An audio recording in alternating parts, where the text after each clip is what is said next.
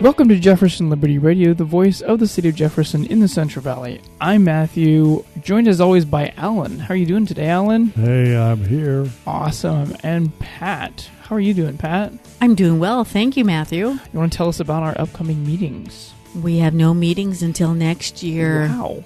Yes. So we will see everybody at our meetings after the new year. This episode is sponsored by AL Certified Safe and Lock. AL's offers locksmithing services and alarm systems for a range of applications, including burglary, fire, tamper, medical emergencies, and much more. AL's has been locally owned and managed in Modesto for nearly 70 years, and with thousands of loyal and satisfied customers, you can be sure that AL's will meet and exceed your needs. For more information, call 1-800-700-4780 or go to alsalarm.com. That's ALSALARM.com. Thank you so much to AL Certified Safe and Lock for sponsoring our show. Welcome, Janice. Thank you. I'm so happy to be here. Yeah, I'm glad you're here. And we have Alan and welcome, Alan. Hi, Alan. Well, thank you, Pat. There we go. And thank you, Janice, for coming. Thank you for inviting me. This is exciting.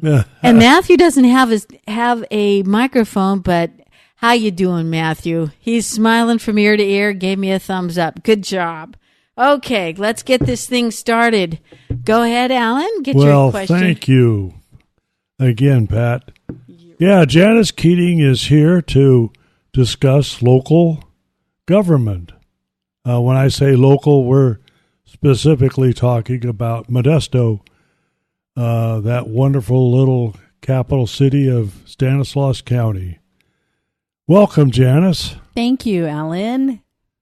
I'm curious, how in the world did you ever get involved with conservative politics? Well, I have to say that it started with my husband and I happening to switch on to the local television channel that showed the Modesto City Council meetings and watching the hearings through the Village One debacle. And also with getting to know Dave Thomas, who had a local radio program on KFIV, and he had a talk show in the morning from 6 to 9. And maybe some of you may remember, I was the little flower. And I went to a finance committee meeting, and he had been talking about issues, and I thought, I'm going to go to this meeting. Why not? And when I got there, I was it for the public.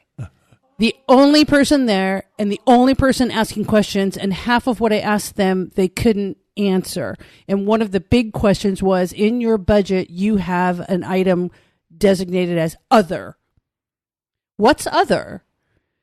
And they couldn't answer. They couldn't tell me, well, it's a pass-through. Well, it's this. Well, it's that. So that got me thinking, I'm not quite so sure that the train is on the tracks here in the city of Modesto. And that's how it all started. Wow. I remember Dave Thomas. Mm-hmm. Yes. Used to listen to him regularly. Mm-hmm. Yeah, he was quite an influential talk show host. He was, and then he went on to become the president of the Taxpayers Association, and I've been a lifelong member of that as well. So Dave and I have fought many battles side by side. Awesome. Well, you've had a good experience and exposure. As a citizen, I want to thank you for doing that. Well, you're very welcome. It was a lot of fun. Yeah, and I understand your current position as the executive director of the Stanislaus GOP Central Committee. Yes. And how in the world did you get that position?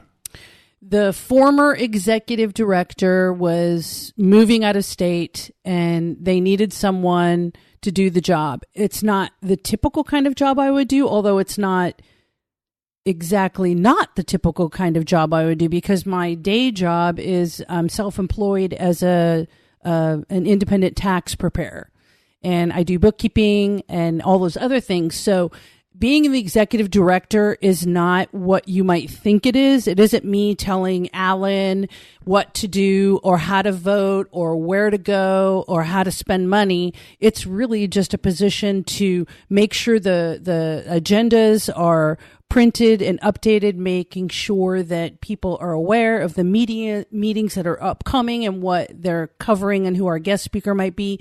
It's juggling the 23 members and alternates almost like a herd of cats, because they're all very different and they have very different perspectives on things. And so I have to sort of be Switzerland.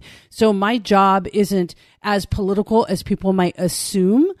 But it also has been a great launching pad for the ability of a central committee to involve itself in elections in a way that they hadn't ever done before, like member communication and supporting local candidates, federal candidates, state candidates to that. Wow. Well, May I just ask one question here, Alan? Sure. When did you become the executive director of the stand? When did that I happen? think it was probably about, if we're talking time here, about 4 years ago in this month, as a matter of fact. And, I had to go through strict interviewing procedures to, make sure I was qualified. And I'm probably the most political animal on the planet in the city of Modesto. And so I thought that was cute, but in addition to my bookkeeping thing, but that's okay. Well, thanks for that. I wanted to know. I'm just getting to know you, Janice. I don't even know what year it was, but I'm pretty sure it was 4, maybe 5 years back. Okay, that's fine. Maybe 5 years back. I'm just getting to know you, so I need to know these answers to these questions, and now I know. Very good. Thank you. What duties does your position require? And, like I said, I prepare the agendas. I pay the bills. I make deposits. I organize and spearhead most of the fundraising that happens, including events. And, I'm present at meetings when they're discussing what types of activities that they have coming up, what types of concerns they have, and how to pivot and adjust according to that. Are you involved in the closed sessions at all? Yes. So you're there kind of overseeing what's I'm going just on. there to hear what it is that they're giving direction to, so that when I go back into my office the next day, I know where they want me to go, and what their votes indicate is the direction they want the Central Committee to go, or what types of activities they vote on having happen. If I'm not there, then I don't really know what's going on, and I could be completely lost in the process. You'd wind up getting surprised. Well, not that doesn't happen now. It's a fluid kind of job. Do you think you have any influence over committee decisions at all? Do you have any kind of a voice?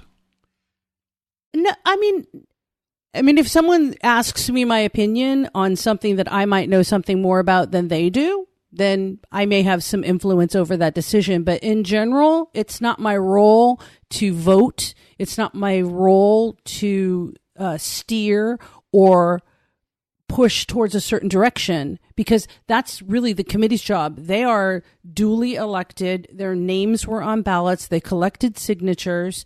They each have an alternate that they've appointed in the if they're absent. And my job is just to take what it is they're telling me they want done and to execute it. Very good. Well, you must have some influence, because I remember when you got us into the Central Committee meeting to talk about the state of Jefferson. Okay. Well, in terms of the general meeting and speakers, everybody starts to run out of ideas. And there was probably a little bit of a miscommunication that happened in that case. But I will tell you, and you're going to get to it, that the majority of the Central Committee enjoyed when you came and you talked about the state of Jefferson and what you hope to do and why you were also invested in it. And I would say that you have a majority support amongst our members because we all are very like-minded when it comes to how we want our government to operate, what we want them involved in, what we don't want them involved in. So you were a smashing success, and I'm glad that I suggested that you come back at a different date that worked for everyone. Wow. I don't know how to I accept didn't know that. Nice job, Alan. Well, I tried to prepare appropriately. You did. You did. Oh, golly. We have your materials in our office for the public that comes in to ask about candidate information, get signs, look for materials on people and issues that they might not know about. So your information is there right along with everybody else's. Oh, wow. That's great. Thank you. You're welcome. Equal opportunity there. That's good to know. Yeah, now, it was a while back, but you were very successful in running for a council member for the city of Modesto. Yes, many years ago. 2001? Was it that far back? 2001. Yeah, I challenged an incumbent, and that again comes right back into my watching council meetings and being a little bit disappointed in frequent commenters on various issues in the city. Was there any particular issue that it actually came around by my husband and I starting to become concerned about the fact that the Village One specific plan was evolving and projects were coming forward, and every single time a multifamily project came up, the developer or whoever wanted to put that project off. And there was one gentleman named Miguel Donoso. And Miguel Donoso was so dedicated that he came to every single council meeting, and every time they tried to push away multifamily and push it to the end, which ultimately meant that it probably would never happen, he was right there. He had all his facts and figures. And that's what sort of got me interested in why is the Modesto City Council so unresponsive to the public when clearly one person is there for one reason. And today, what do we have? We have a city without appropriate amounts of housing from low to middle to high. That's very true. So that was it. That's what made me decide to run, because the opponent that I chose was Armour Smith, and he was an incumbent, and I just thought he was somewhat out of touch and maybe not terribly involved. So I just decided. Was that an at-large yes, election? I ran at large, and oddly enough, my election in 2001 wound up going to a runoff between Armour and myself, because there were multiple candidates. And Armour, the clerk recorder had an anomaly in the computer system when the ballots were being counted, and they didn't have it queued, and you would probably understand this, to stop accumulating data. So when people received their ballots for the runoff in 2001, some received 2, some received 3, some received none. Really? Because they guessed on where to go back and start and begin the run of the ballots again. So our election was actually pushed, according to a judge's order, into March of the primary in 2002. Oh, wow. So I actually, right here in front of you, whoop, whoop, I am the council member who has received the most votes in the history of the city of Modesto. Wow. Oh, whoa. It was over 32,000 votes. You go, girl. Wow. Awesome. That's something I'd completely forgotten. Yeah, it was Will O'Brien, myself, and Denny Jackman, and we all beat incumbents. And I received the most votes out of all three of us. Who was the mayor at that time? Lang? No, Carmen Sabatino. Carmen Sabatino. Carmen Sabatino, that was Yeah. a fun ride. I bet. I bet. He's a very interesting man. Mm-hmm. Yeah. That he is. Mm-hmm. Well, what were you able to achieve during your time in office? What are your most memorable achievements? I think my most memorable achievement was when I realized that there wasn't anyone on the council that the average worker or employee of the city of Modesto felt comfortable coming to. And mysteriously, every time I was in the elevator from the basement to the 6th floor, I would wind up with someone in the elevator with me telling me something that was happening and that I should look into. And I always tried to listen very carefully to those things. And as a result, I brought Will O'Brien in with me. He and I were very good friends. We were very like-minded. He was a Democrat. I was a Republican, but it didn't matter because we both were very conservative and we both were very problem-solving oriented. So many of the tips that I received in that elevator or in the hallway in passing, hey, Janice, maybe you should check this out, resulted in us uncovering a lot of financial malfeasance in the city, a lot of government trickery in terms of what projects were coming forward and how they were funded, such as the city manager could approve a project or a department head could approve an expenditure as long as it was under $50,000. So we discovered the 49.9 rule. Aha. So everything came in at 49.9. Well, one of the biggest hysterical things that we discovered was the building that didn't exist. And it was a building that was brought to the budget conference within a department, but it was rejected by the department heads.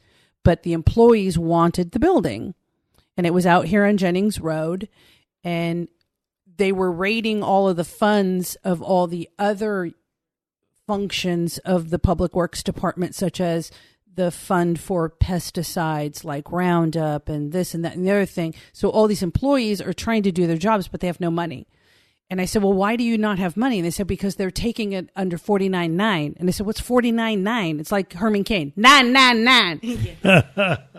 And so it turned out that there actually was a building, and everyone from the city manager on down was denying that it existed. And Will and I persisted. And the whistleblower from the city said, if you drive to Jennings Road, you can see the building they say doesn't exist by the fact that it has no doors, because they can't figure out which funding to raid to get the doors paid for.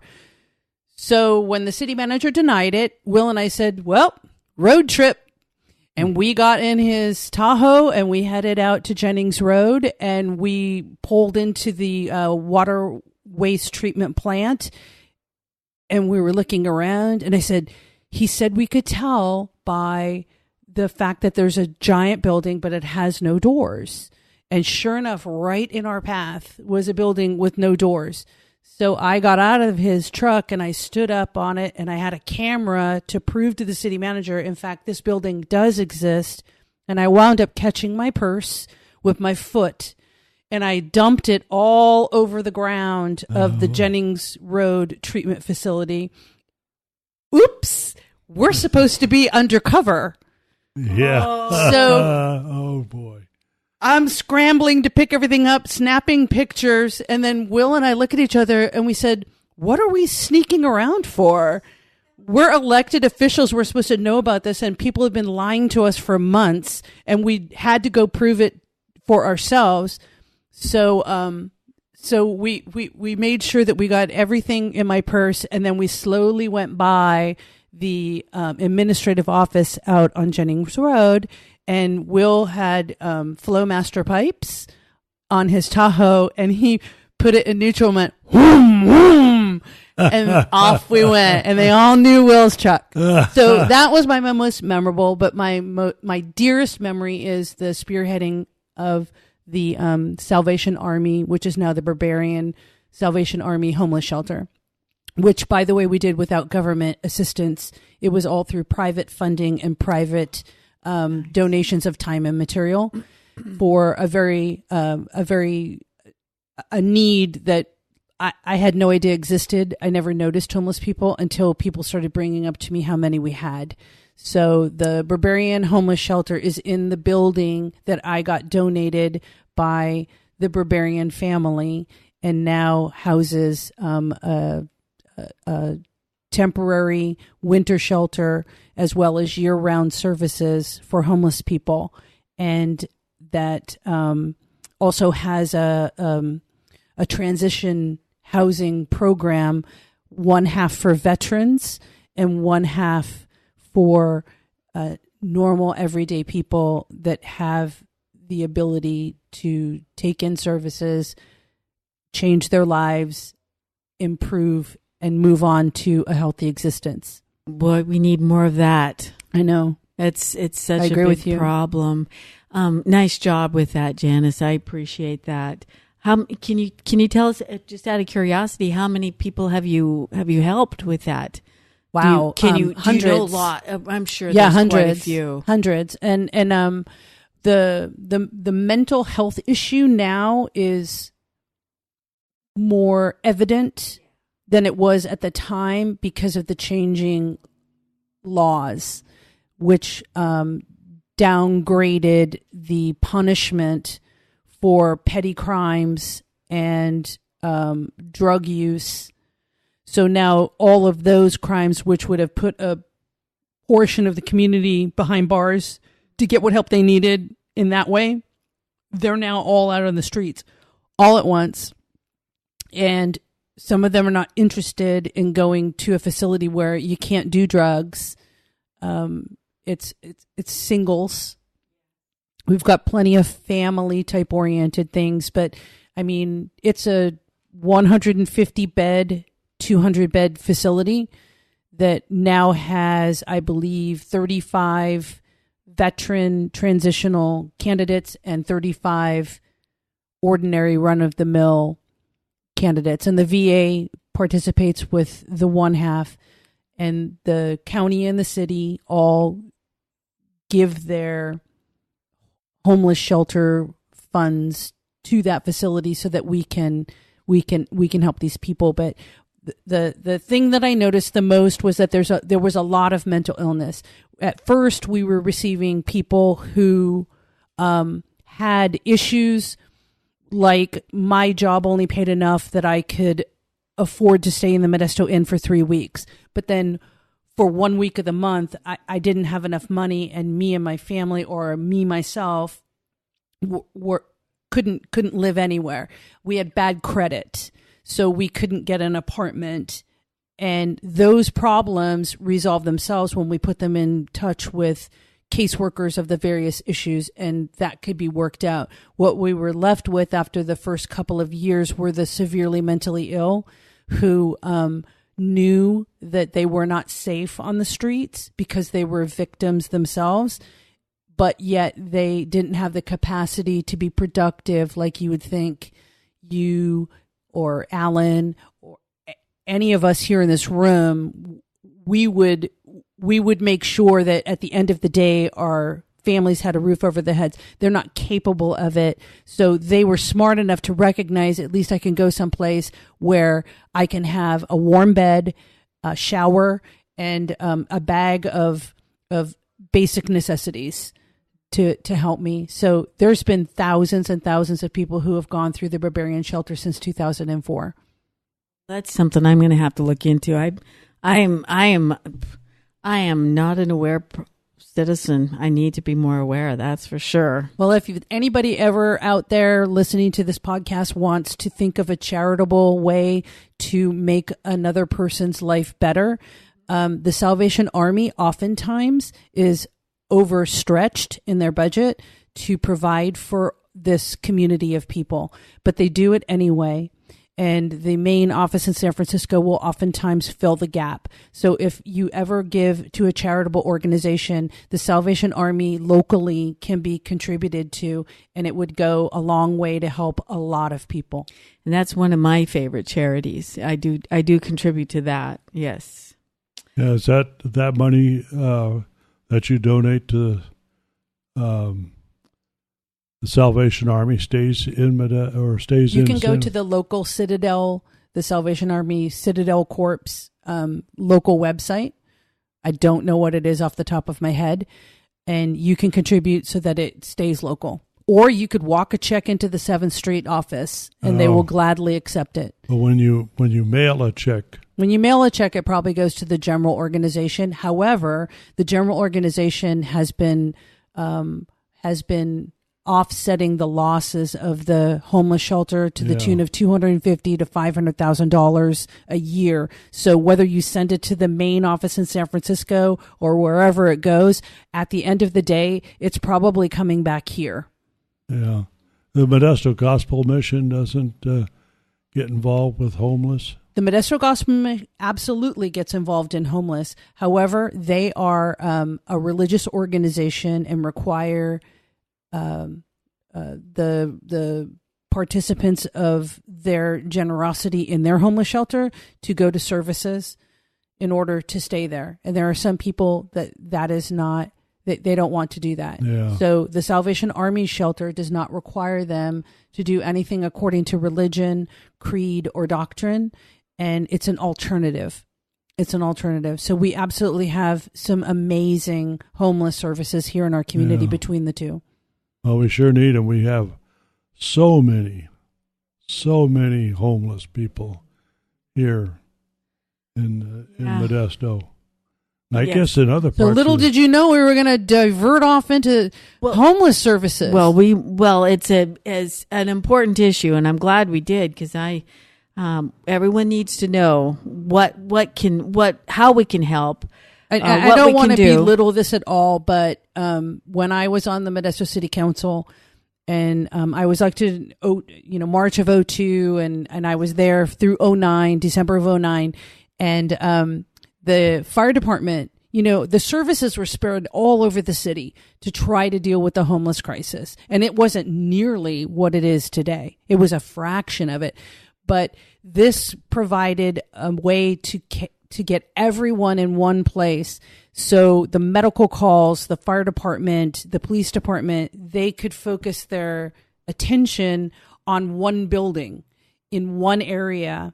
And the firefighters jokingly used to refer to it when they got the 1 a.m. call to, we're heading to the house that Janice built. Oh, how nice. But even the local merchants were skeptical at first, and they were concerned about the fact that the city of Modesto requires that a homeless shelter be placed in an industrial area. So they were concerned about their businesses, and I totally understand it. And so I had them all come for an open house to show them what we were doing and how we pieced this all together with, bubblegum, Band-Aids, and shoestrings, but yet there was a facility here for them. So Ladies, I can't remember his first name. He was so impressed with what we had done that he used to bring donuts every morning for the residents of the homeless shelter before they left. Really? Because the homeless, we imparted on them, you are so very fortunate to be here. You are so fortunate that the community is embracing this and providing for you, that you need to be considerate of the business community. They would leave and they would take little plastic bags with them, and they would do litter cleanup around those businesses. So it turned out to be a very heartwarming community experience, and that is something I will never forget. Yeah, I don't. And it lives on today. Yep, absolutely. That was going to be my question. That's good to know. 9th and D. Okay, and where is the Barbarian shelter? The Barbarian shelter's at 9th and D. Okay, that's the one I'm thinking of. It used to be a cold storage warehouse, and it was empty and vacant. It was there was no one in it for years, and the community of homeless advocates had been frustrated with government and government representatives telling them, if you do this, we'll give you that. And it never seemed to happen. So when they gave me the challenge, you're going to be just like everybody else. You're going to make promises to us and it's not going to happen. I said, oh, really? I said, well, here's your first problem. You're looking for the government to solve what should be a charitable and a humane solution for. When has the government ever done anything correctly. Well, as you can tell, Let me the just put it well. 3-year, how many thousands of dollar homeless initiative by the county has resulted in nada. Yeah. Zero, zilch, nada, as Rush Limbaugh would say. Yep. Well, have you ever considered running for some other office locally or regionally? Or? Obviously, I ran for assembly in, what was it, 2010? Was it 2010? I don't even remember. And before that, I ran for supervisor in 2006, and I lost by 16 votes to Dick Monteith. And this was the race that I jumped into because I could just see so many things that are happening in our community on a county level that are just unacceptable for the millions of dollars that are coming in to help the very populations that we're talking about right now. And obviously, I'm the only person to have ever accomplished anything in terms of dealing with homeless issues. Yeah. Me. That's right. So I ran for supervisor again, the same seat I lost to 12 years prior to Dick Monteith by 16 votes. Yeah. Heartbreaking. It was. I'm sorry, dear. That's okay. That's okay because you know what? I have a beautiful family. I have a wonderful husband. He supports me 100%. And I meddle around in all sorts of things political when I feel like it. I raise money for good candidates. And I work on campaigns that interest me and inspire me. So I'm never going anywhere. All right. Your mother-in-law was very active in political issues. Very. She still is. She's still a member of the CRA. That's the correct. California Republican Assembly. But my mother-in-law ran for assembly for the same seat in 1994 that I ran for in 2006. Oh. Against Margaret Snyder. And it was the year of the woman, and Bill Clinton was swept into office. And even though my mother-in-law was a woman, she was very conservative. Very, like, you think I'm conservative? She's like Mother Teresa conservative. Yeah. Hey, I've got a question for you, Janice. If anybody was thinking about going into for running for office, what kind of advice would you give them? Oh boy. Well, you have to be prepared to ask for money, and often, and regularly, and hourly. Most people think that they just put their name on a ballot, they come up with a great candidate statement, and it all just kind of falls out from there. But really, that's not the half of it. It's fundraising, it's forums, it's knocking on doors, it's organization, and momentum and support. And that doesn't happen by just being the person who shows up every once in a while. So it becomes all consuming. So if you aren't prepared to be all consumed on all aspects of what you need to do, such as pay for mail, pay for walk lists, pay for political data, pay for websites and everything. Produce social media.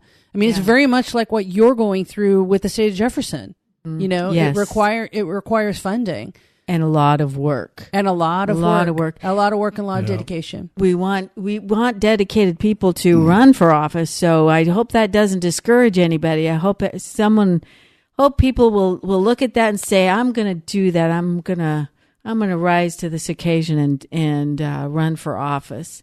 Some of the good people. We want good people in our government. So I think there's a lot of people out there, and you know, and then there's people like me. You know, if anybody comes up to me and asks what they need to do, I can easily lay out for them what they need to do, and would honestly lay it out in terms of, you know, here's your basic budget, here's what you need to think of, here's a nice list of people to call, blah blah blah. You know, my mother-in-law was the first person I sat down with when I decided that I was going to run, and I asked her, I said, what should I do? And at the time, Modesto had open seats, and you could basically pick the person you wanted to run against. So we strategized which person would be the best to eliminate and defeat. And then from there, she said, now you should write a personal letter to every relative you have, including our side of the family, your side of the family, and anyone who's close enough to you that would know that you're serious and they'll help you. So I did, and that's how I raised my seed money. Well, those are certainly great experiences that you've learned. Would you consider running again? Yes, if the right opportunity came along and there were things that I felt like I could meaningfully address and I had a passion for and had a skill, then I would definitely run again. I mean, I don't think I could pull something out of the air and say, I just want to be an elected official. I have to have a reason. I'm a very problem-solving type person. And so when I take something on, I'm taking it on because I'm looking to solve problems. That's what I did when I was a Modesto City Council member. I solved problems for 8 years straight. And trust me, there were more problems that I could possibly address. But if an opportunity came along that I could have, the backing that I need and be able to put my heart and soul into it, I would absolutely do it again. Well, that means that you ran successfully twice. Yes. For city council. What prompted you to not seek it a third time? Because term limits were introduced as well as district elections, and I was eligible for another term because it didn't take effect until my second term, meaning my second term really was going to be my third.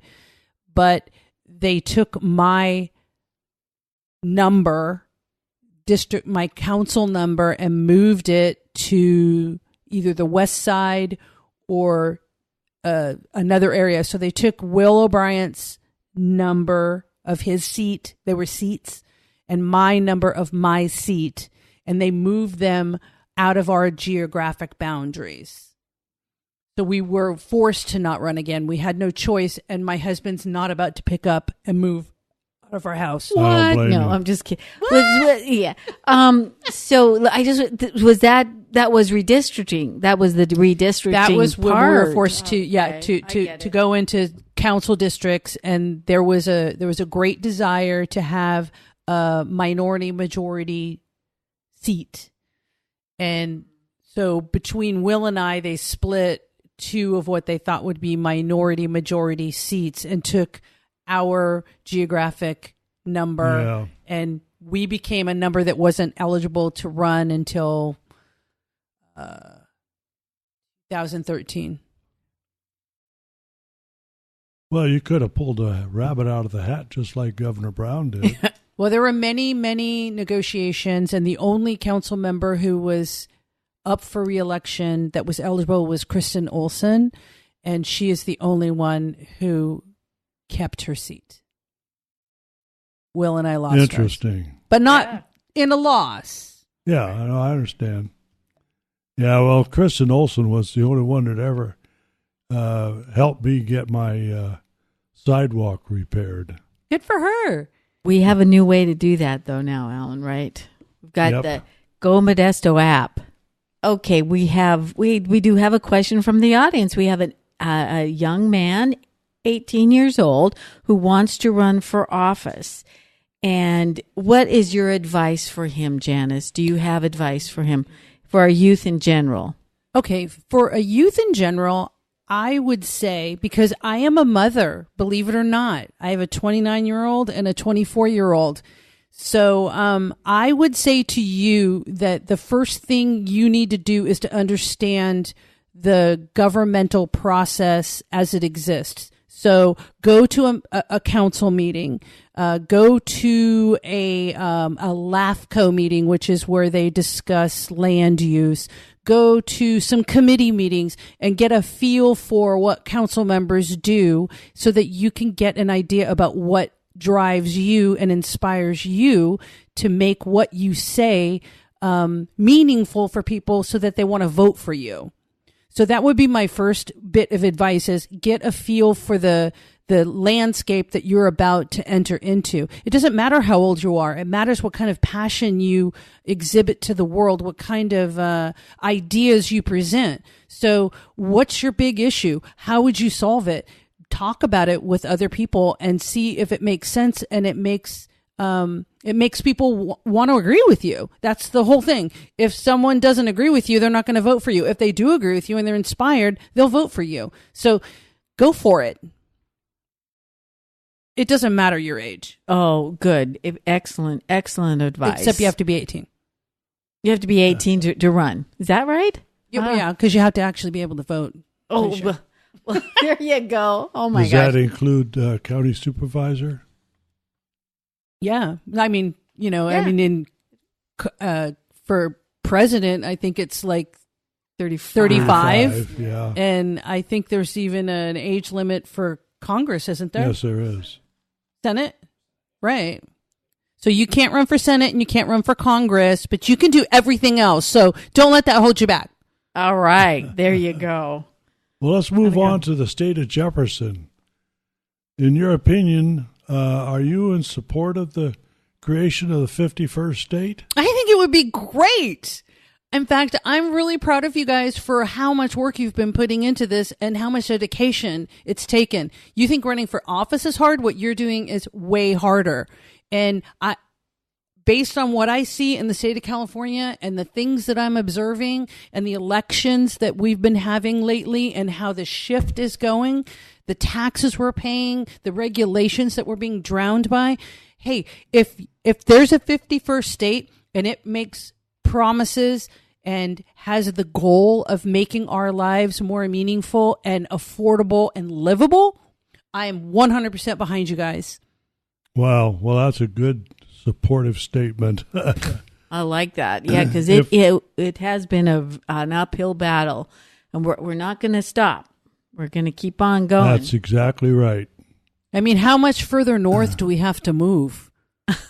You wouldn't have to move. No, you wouldn't now. I mean, now you do have to move north in order to go to a community where people are basically thinking like you, feeling like you, conservative like you. I mean, it's being diluted and diluted and diluted here.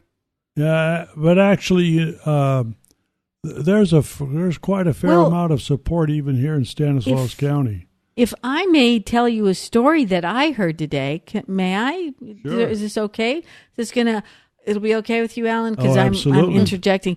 I have a friend who was just getting his tires changed this today, and he was at a tire store, and there were quite a few people in the waiting room. As you know, it takes a while for them to put those tires on.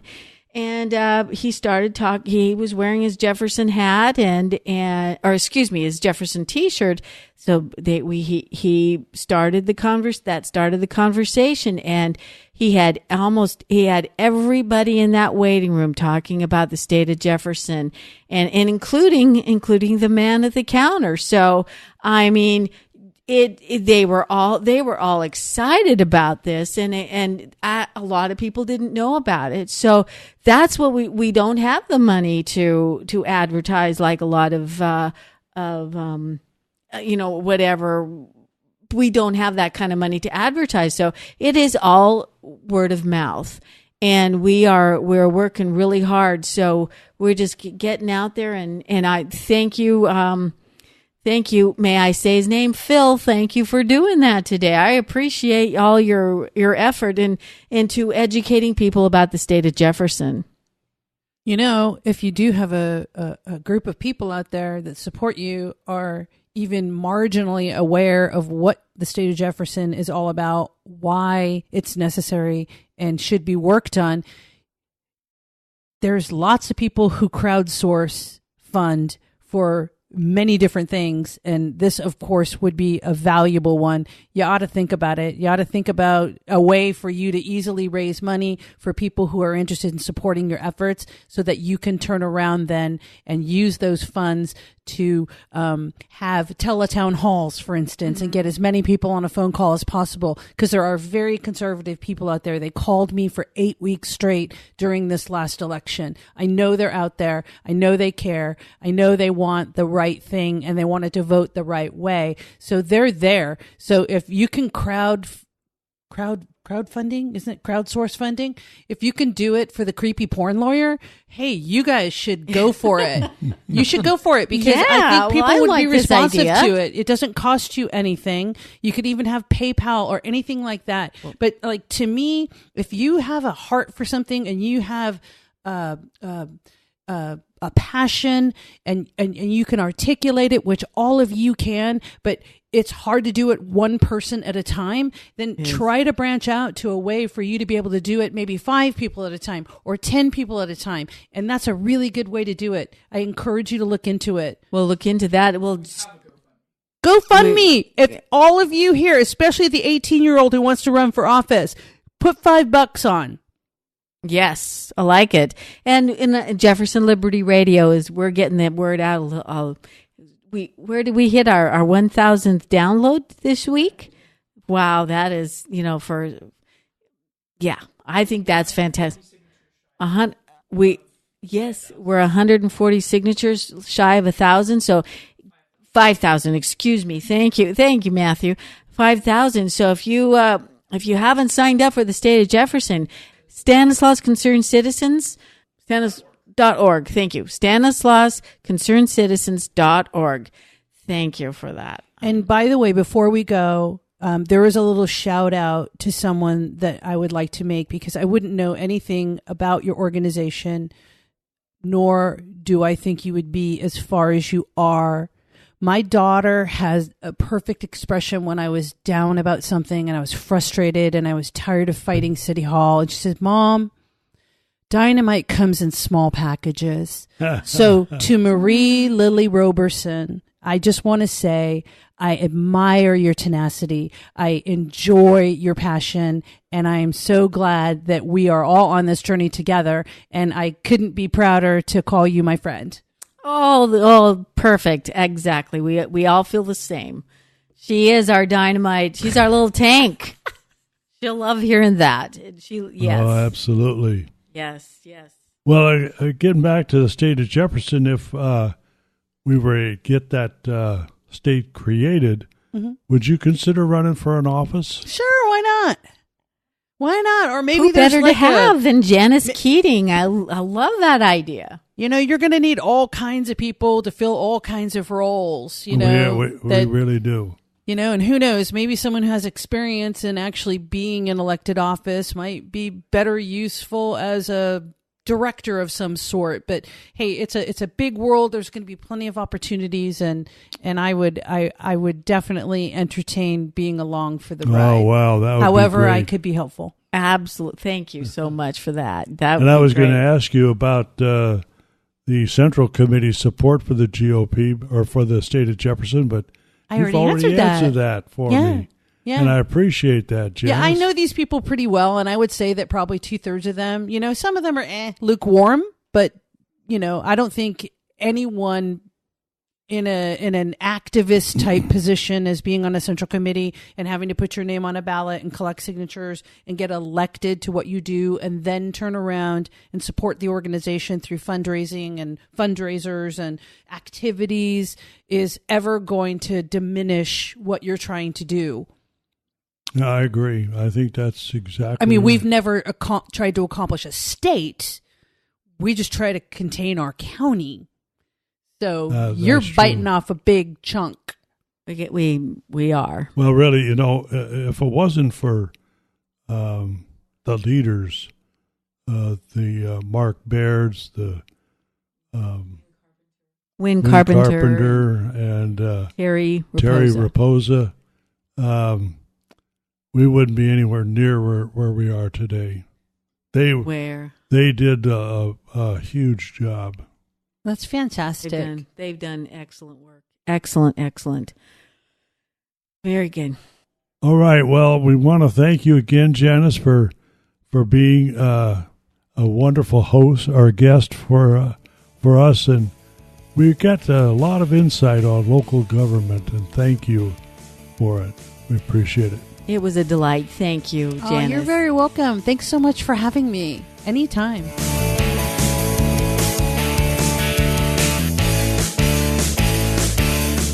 I want to say thank you to Janice for taking time to come onto our podcast. We had a lot of fun. It was great. We should chat again soon. If you're interested in sponsoring our show, you can head over to jeffersonlibertyradio.com or email us at sponsors@jeffersonlibertyradio.com. We'd also love to hear from you, our listeners. Email us at feedback@jeffersonlibertyradio.com or via our website, again, at jeffersonlibertyradio.com. We'd love to hear your questions and comments. And if you aren't aware, we did live stream this episode live on the internet. So you can find us at jeffersonlibertyradio.com/live when we're live. Like our Facebook page, follow us on Twitter. You can also follow us on Gab. We're going to be posting that when we go live again. It'll be sometime in the beginning of next week. Probably Monday or Tuesday, which is our usual recording schedule. You can listen live to our broadcast, and you can join our chat room. It's great. We love actually having a chat room and engagement with our listeners. Don't forget to subscribe to us on iTunes or your podcast player of choice if you aren't already. Leave us a 5-star rating there. We'd really appreciate it, and it actually does help our ratings. You can find us, as I said, on Facebook, Twitter, also on Spotify, YouTube, Google Play, and even some alternative media such as BitChute and Gab. Thank you so much for listening to this episode, and we'll catch you next time.